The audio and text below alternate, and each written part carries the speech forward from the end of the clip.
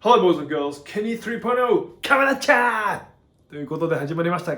ケニー3.0の勇気が出るテレビ。今日はですね、アメリカの哲学者サイモン・シニックの動画をご紹介したいと思います。サイモン・シニックはですね、テッドトークでの歴代4位の、動画のスピーカーとして有名で、視聴回数5000万回ぐらい出てる、動画の、方です。で、彼がね、とあるインタビューで、Millenial Question っていう、日本でいうゆとりクエスチョン、ゆとり問題、みたいな題名でいろいろ語ってるので、ぜひそちらをご覧ください。では、どうぞ。Millennials as a generation, which is a group of people who were born approximately 1984 and after, are tough to manage. And they're accused of being entitled and narcissistic and self-interested, unfocused, lazy. But entitled is the big one. Too many of them grew up subject to, not my words, failed parenting strategies, you know, where, for example, they were told that they were special all the time. They were told that they could have anything they want in life just because they want it, right? They were told, some of them got into honors classes not because they deserved it, but because their parents complained. And some of them got A's not because they earned them, but because the teachers didn't want to deal with the parents. Some kids got participation medals. You got a medal for coming in last, right? Which the science we know is pretty clear, which is it devalues the medal and the reward for those who actually work hard. And it actually makes the person who comes in last feel embarrassed because they know they didn't deserve it. So it actually makes them feel worse, right? So you take this group of people and they graduate school and they get a job and they're thrust into the real world, and in an instant they find out they're not special, their moms can't get them a promotion, that you get nothing for coming in last, and by the way, you can't just have it because you want it, right? And in an instant, their entire self-image is shattered. And so you have an entire generation that's growing up with lower self-esteem than previous generations. The other problem, to compound it, is we're growing up in a Facebook, Instagram world. In other words, we're good at putting filters on things. We're good at showing people that life is amazing even though I'm depressed, right? And so everybody sounds tough, and everybody sounds like they got it all figured out. And the reality is there's very little toughness, and most people don't have it figured out. So you have an entire generation growing up with lower self-esteem than previous generations, right? Through no fault of their own, right? They were dealt a bad hand, right? Now let's add in technology. We know that engagement with social media and our cell phones releases a chemical called dopamine. That's why when you get a text, it feels good. Right? So, you know, we've all had it where you're feeling a little bit down or feeling a bit lonely. And so you send out 10 texts to 10 friends, you know, hi, hi, hi, hi, hi. Because it feels good when you get a response, right? Right? It's why we count the likes. It's why we go back 10 times to see if my Instagram is growing slower, did I do something wrong? Do they not like me anymore, right? The trauma for young kids to be unfriended, right? Because we know when you get it, you get a hit of dopamine, which feels good. It's why we like it. It's why we keep going back to it. Dopamine is the exact same chemical that makes us feel good when we smoke, when we drink, and when we gamble. In other words, it's highly, highly addictive. Too many kids don't know how to form deep, meaningful relationships. Their words, not mine. They will admit that many of their friendships are superficial. They will admit that their friends, that they don't count on their friends, they don't rely on their friends, they have fun with their friends, but they also know that their friends will cancel on them if something better comes along. Deep, meaningful relationships are not there because they never practice the skill set, and worse, they don't have the coping mechanisms to deal with stress. So when significant stress starts to show up in their lives, they're not turning to a person, they're turning to a device, they're turning to social media, they're turning to these things which offer temporary relief. We know, the science is clear, we know that people who spend more time on Facebook suffer higher rates of depression than people who spend less time on Facebook. So you have a generation growing up with lower self-esteem that doesn't have the coping mechanisms to deal with stress, right? Now you add in the sense of impatience, right? They've grown up in a world of instant gratification. You want to buy something, you go on Amazon, it arrives the next day. You want to watch a movie? Log on and watch a movie. You don't check movie times. You want to watch a TV show? Binge. You don't even have to wait week to week to week. Right? Everything you want, you can have instantaneously. Everything you want, instant gratification. Except job satisfaction and strength of relationships, there ain't no app for that. They are slow, meandering, uncomfortable, messy processes. And so I keep meeting these wonderful, fantastic, idealistic, hardworking, smart kids. They've just graduated school. They're in their entry-level job. I sit down with them and I go, how's it going? They go, I think I'm going to quit. I'm like, why? They're like, I'm not making an impact. I'm like, you've been here 8 months. You know? It's as if they're standing at the foot of a mountain and they have this abstract concept called impact that they want to have in the world, which is the summit. What they don't see is the mountain. And so what this young generation needs to learn is patience.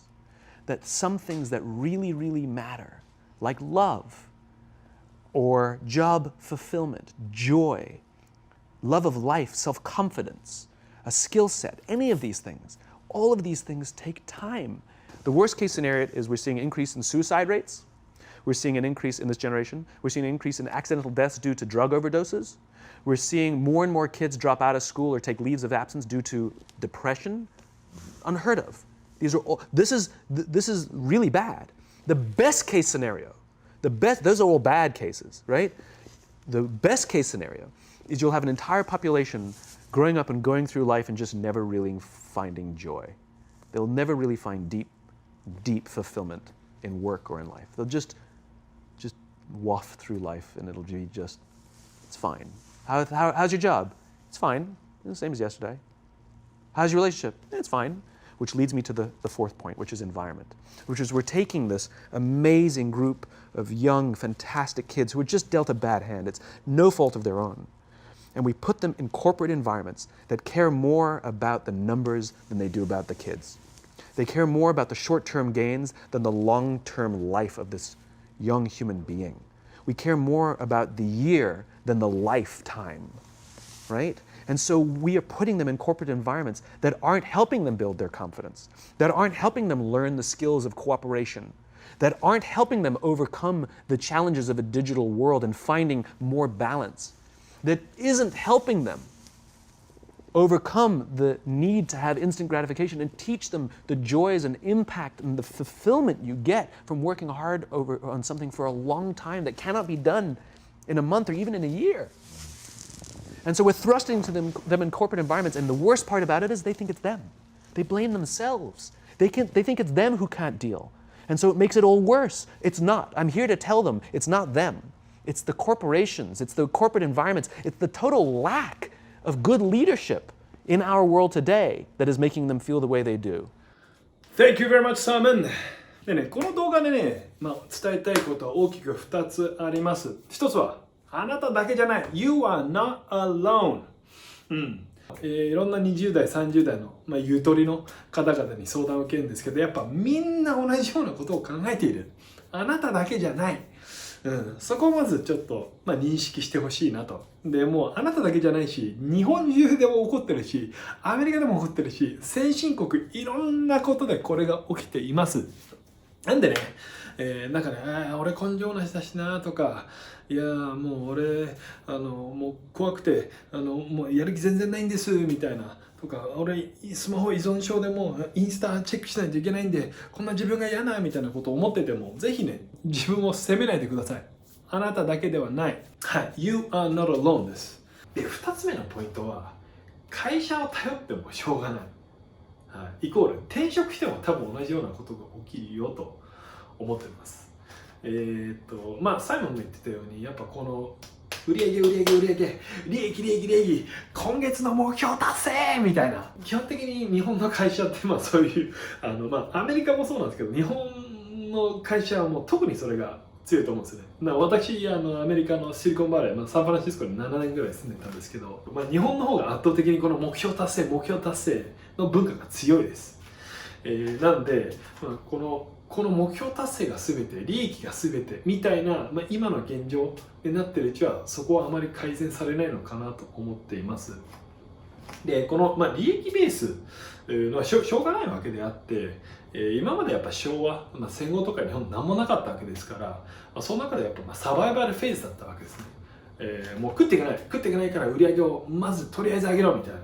でとりあえず上げまくって生き残んないといけないっていう、時代だったんで、それはしょうがない、それが勝ち方だったわけで、ただ今マズローのピラミッドでいうともう頂点の方までいるんでもう安全とか職はもう確保できてる。なんでアメリカでは今はこの Profit Driven 利益ドリブンではなくて Purpose Driven もっと目的主義、社会のために、人類のために、地球のために何をやっていくんだっていう方向に今ちょっと転換しているところですね。作り上げてきた売り上げだったりスキルをどうやって社会に貢献する、社会にギブバックするのかっていう、人類は今そういうステージにいるのかなと思っています。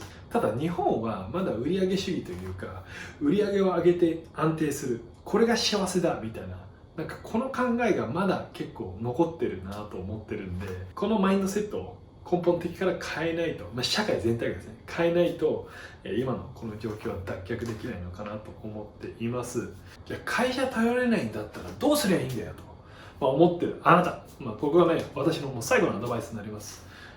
私がおすすめするのは好きなことをして食っていく、もうこれがベストだと思います。